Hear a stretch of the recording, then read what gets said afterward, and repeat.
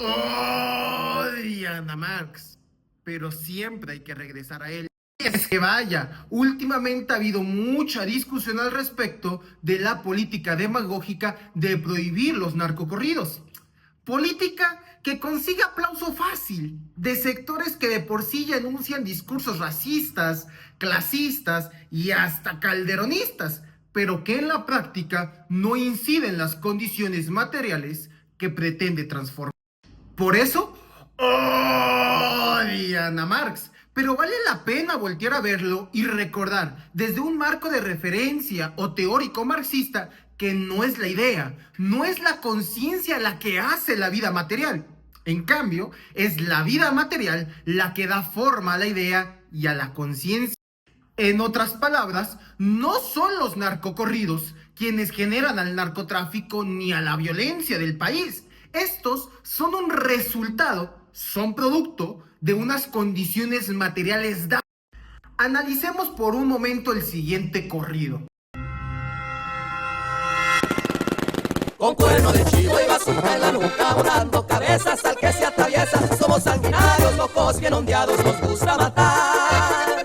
Para levantones como los mejores, siempre en caravana, toda mi que va, vienen pecherados, blindados y listos para ejecutar. Aunque la letra de Sanguinarios del M1 puede llegar a escandalizar, sería absurdo creer que el Commander, Alfredito Ríos, los buitres de Culiacán o el movimiento alterado como fenómeno musical son quienes dieron forma y erigieron y obligaron a ser un narcotraficante al M1 o el Macho Prieto.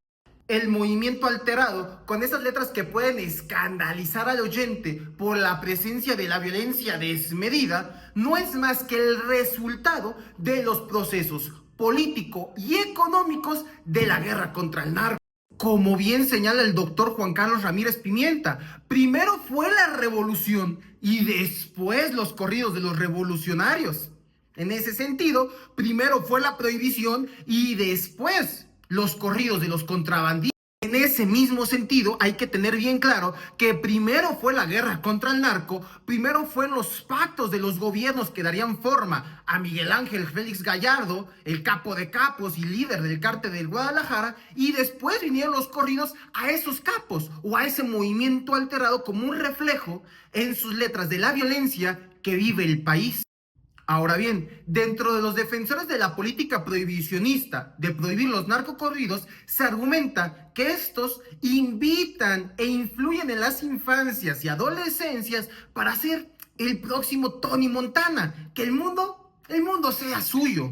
El problema de ese argumento es que no profundiza en la base material del por qué las infancias y adolescencias prefieren vivir un año de rey, ilusoriamente hablando, que 30 de buey, como coloquialmente se. Por eso hay que regresar a Marx y entender que la idea, el corrido o el narcocorrido no da forma a la vida material, y la vida material es la que da forma a esa idea o a esa conciencia. El narcotráfico o crimen organizado y las relaciones o representaciones sociales que emanen de él, como la narcocultura, emana del modo de producción capitalista. Es así que no podemos entender ajeno al narcotráfico, a la narcocultura, al modo de producción capitalista en su estadio, ya sea, como dice Sayak Valencia, de capitalismo gore o de un necrocapitalismo instaurado e impulsado en mayor medida desde las políticas político-económicas del periodo neoliberal. De esta forma, es absurdo creer que esas mismas infancias y adolescencias, privadas de cualquier oportunidad de desarrollo legal y real en comunidades olvidadas por el gobierno mexicano, pues aunque ya no puedan escuchar a Peso Pluma, al Commander, a Luis R. Conríquez, etcétera, etcétera, etcétera, dentro de sus condiciones y su realidad material, en la sierra de la Tierra Caliente michoacana, la marihuana se seguirá sembrando, los laboratorios seguirán existiendo, los monstruos se seguirán paseando. Porque no es la narcocultura la que genera la violencia es representada y narrada a través del narcocorrido.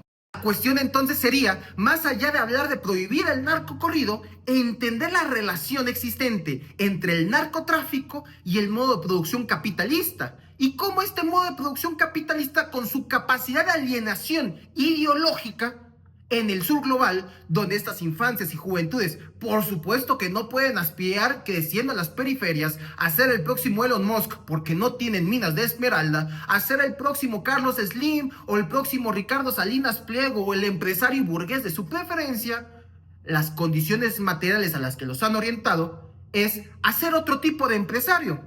Un tipo de empresario dentro del necrocapitalismo donde el cuerpo es mercancía, y no porque vayan a vender su fuerza de trabajo, sino porque en el necrocapitalismo mexicano el matar y morir es la moneda de cambio.